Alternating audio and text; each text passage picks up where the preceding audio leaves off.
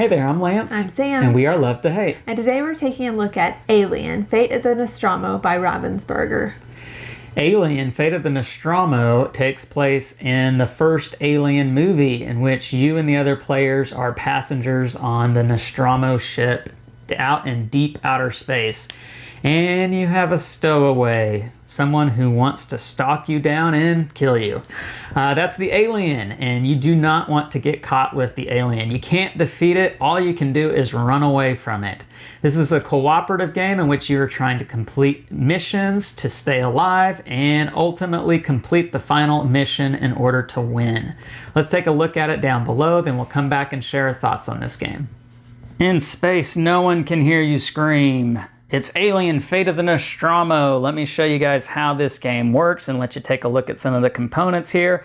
Obviously, this takes place after Alien, the movie, the first one anyhow, in which there was a stowaway alien on board the Nostromo that terrorized the crew and killed them off one by one. Spoiler alert, hopefully you've seen the movie. And the crew in their attempts to try to survive and get off the ship and take care of the alien. There is also the ability to play with Mr. Ash, who, again, another spoiler alert here, he's an evil robot who you do not want to run into because he's also going to try to hurt you and he wants to keep the alien alive. In this game, you are going to try to accomplish a certain number of objectives, that are equal to the number of players plus one, and these are almost all going to involve having to take certain items to certain places in the ship, such as cooling canisters into the docking bay, getting a flashlight to the med bay, or perhaps trying to get in an incinerator to the nest. And so once you've completed all of those small objectives, you are going to have one final mission, which you will not know what it is until you reveal it. You pick one from the 5 available, and there will be certain changes to the board that you will go through, and then you want to try to meet the victory conditions, such as escaping and getting on the escape pod. Or perhaps you're going to blow up the ship, and when you do blow up the ship, you do get this extra board right here with the tokens or tiles that you're going to place on here, and at the end of a turn, you'll flip one of these over, or you'll take it off the board actually, and then once all the tiles are gone, then the ship's going to blow up, and hopefully you're not on the ship when that happens. You lose the game if the crew's morale drops to 0. And so you don't actually die or have player elimination in this game. It's just everyone has a united health track, for instance. And when it gets to 0, you lose the game. You start depending on the number of players. And that shows you how much morale you have. And there are tiles that are out on certain spaces at the beginning of the game, and more will get added as the game progresses. But these tiles are different items, different scraps that you need in order to craft items that are going to help you complete your objectives and also defend you against the alien. And there are also encounter tokens that when you enter a room with one of these tokens, you'll flip it over and hopefully there won't be anything on the tile and nothing happens. You do mix these in with the pile and shuffle them back in, but sometimes there are going to be aliens on them. And so when the alien shows up on an encounter tile, he jumps into that room wherever he's at in the ship, and say it's Parker right here who's in this room. You will immediately lose the morale that's on this token, and then you will have to flee from this area because, again, you can't kill the alien.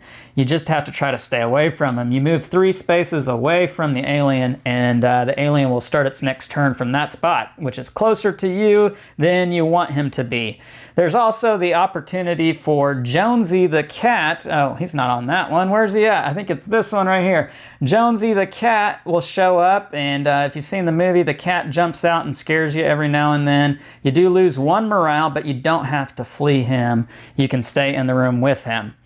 On your turn, you are going to get a number of actions depending upon which character you are, and so most of the time that's 4. But your actions that you can do, you can move 1 space, and each little section here that's divided by these lines is a space. You can pick things up, any number of scrap, any one item that's in the room, or you can drop an item or any number of scrap. You can also use the scrap to craft the item. And so on the back of the player aid here, it shows you the different items and what they do. Also, if it requires an action to use or not, and the number of scrap that it costs to craft that particular item. And you can use coolant canisters to discard getting 2 scraps. So that's what the coolant canisters allow you to do.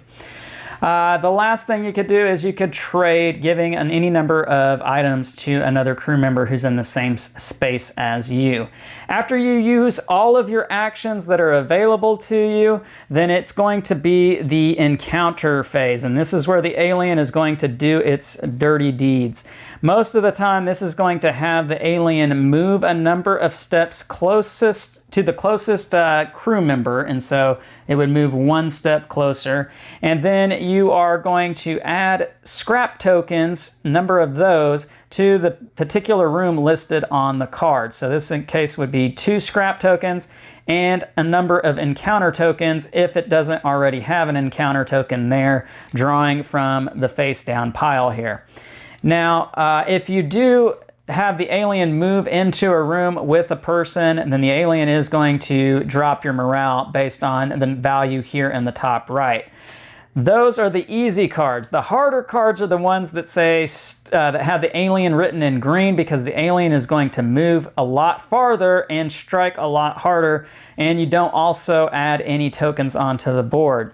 There are also cards in here that are going to move Ash, and when he encounters you, then you're going to lose morale as well. And you are also going to lose scrap. He's going to be trying to remove scrap off the board.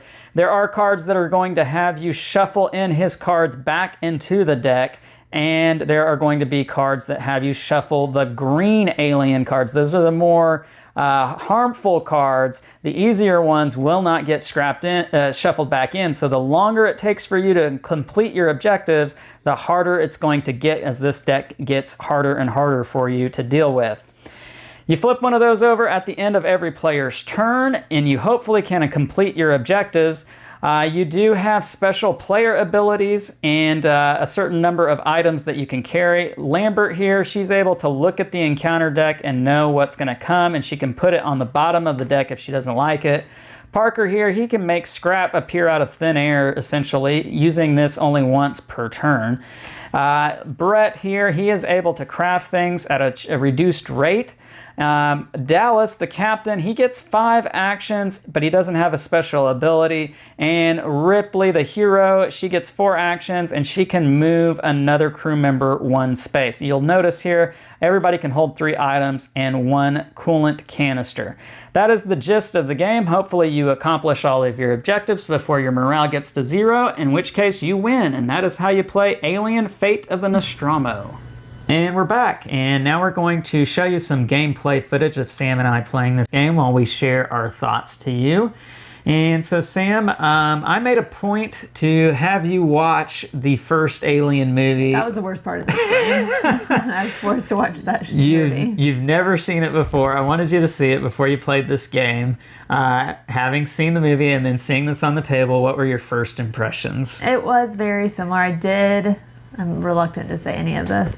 I did remember from the movie the idea, the ship, the character, so I'm sure there was some point in me watching the movie, but I think it would be fine if you did not want to sit through that movie. For those of you at home, Sam absolutely hates scary movies, and so it was probably a terrible idea for me to get her to watch this movie. It's one of my favorite movies. But that being said, one of the reasons why I wanted you to see it is because I feel that this is a super thematic game. It really plays into this idea that you're being stalked, and that was exactly what was happening in the first movie, that you never knew where the alien could be, and if it showed up, you might as well just kiss it goodbye because you're done. Yeah. And that's kind of how this game works. I mean, not that the alien shows up and you're automatically dead, but it's very damaging, and it can cause lots of havoc for you. And then you throw in Ash, the symbiotic robot, and his role in this game. And if you don't know the movie, then that might not make a whole lot of sense to you. Yeah, I will agree with that. Yeah, so that really helps understanding the idea of the movie and Ash. So let's talk about simplicity and strategy and understanding what you're trying to accomplish in this game. Sam, what were your thoughts on that as a non-gamer? It wasn't as complicated as I honestly thought it was going to be. I do like that it's a cooperative game, so we could talk together and kind of figure out our plan. I think generally cooperative games are good for non-gamers, especially the first time they're really being introduced to games, different games. So I did like that. It was pretty easy to understand, though. The concept of picking up something, delivering it, checking that off your list. It was understandable. Yeah, and I think that's the biggest thing I could probably say about this game, because this game, for better or for worse, is probably going to get compared to Nemesis, which, Sam, I know you don't probably know what that game is, but that is a very much gamer kind of game that takes place in the same sort of idea, Alien the movie, that you're all on a ship and there's aliens that look just exactly like the same kind of aliens from the movie, the Xenomorphs. And that game is very strategic. You've got lots going on in that. And this is a game that is nowhere near the complexity level and nowhere near the amount of strategy needed to do well in the game.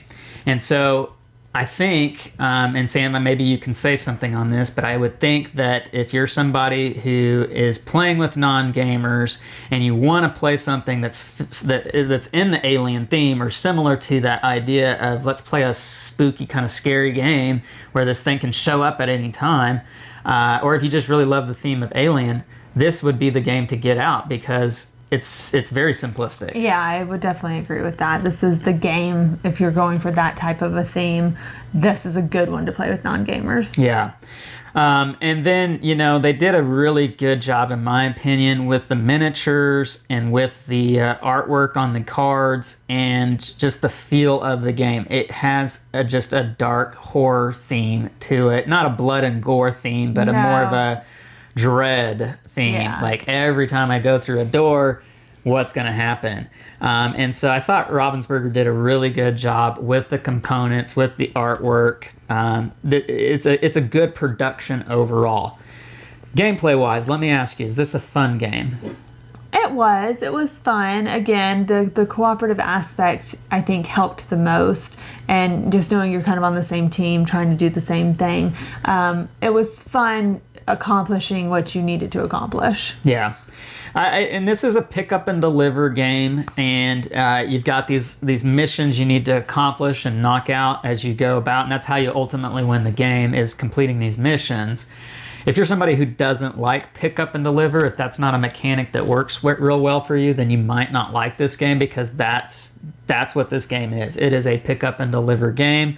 I will say I thought it was easy. I thought it was maybe a little too easy. In fact, the very first time I played it was a solo. I soloed through it and I won in 4 turns, and that is no joke. And I was learning the game as I was going, and it just so happened that the missions I needed to accomplish were right next to each other, and I had everything that I needed.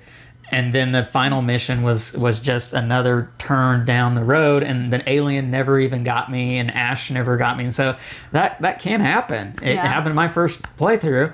I've played it 6 times or so, I think now, and I've won every time. I will say that as you play with more players, the higher the player count, the higher the difficulty, is what I've come to find out.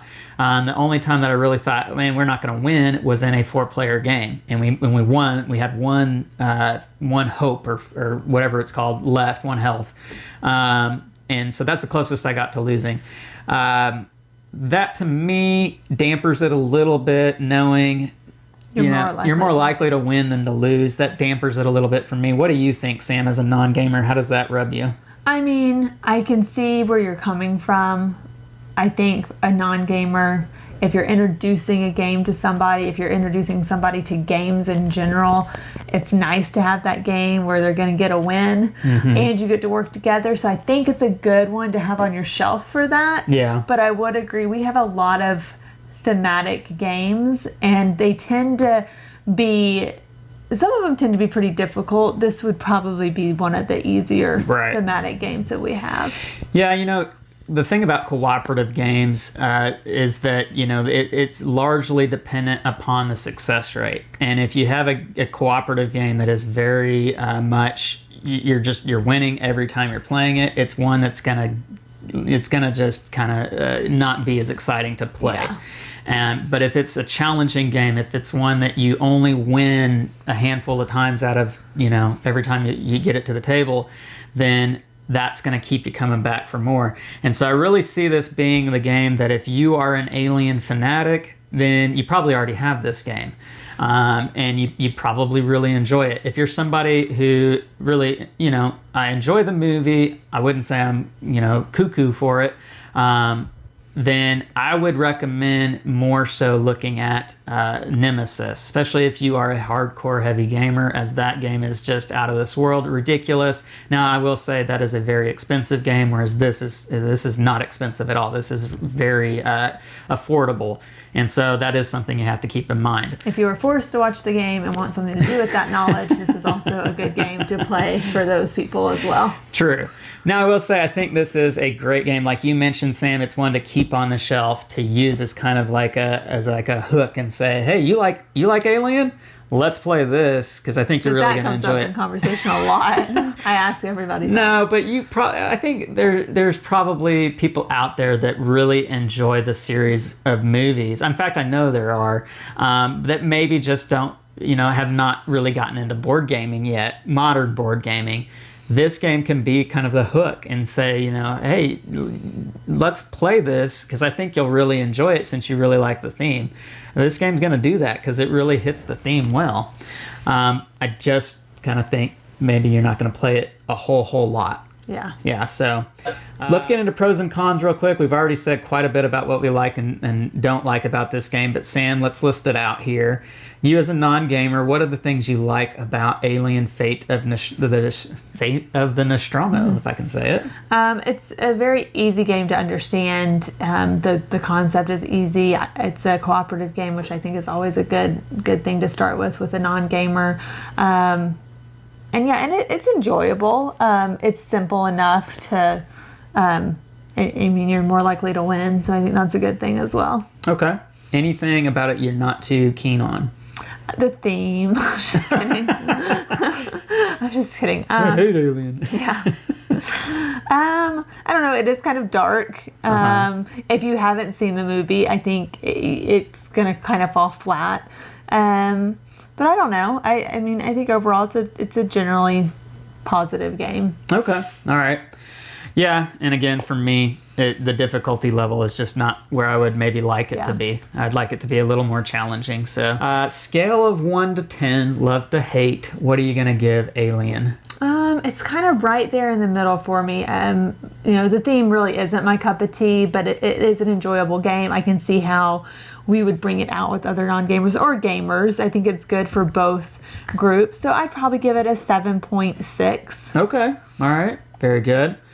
I'm definitely lower on my end of it. I just really wished it would be a little more challenging than what it is. And if I do play this, I think I would really want to play it at the higher player counts to get that added challenge. I hope they come out with additional missions later on that are more challenging. An expansion pack maybe. Maybe something that takes place in the second movie. I don't know. And I would definitely try that out. But as it is right now, I'm probably going to give this game a 6.9 is where I'm at on it. So that is Alien Fate of the Nostromo. You recommend playing with non-gamers? Yeah, I think it's a good one. All right, there you go. Ravensburger, check it out. Make sure to like and subscribe and push that bell button so you get notifications of all our new content. I'm Lance. I'm Sam. And we are Love to Hate, where we try to bridge the gap between gamers and non-gamers. We'll catch you next time.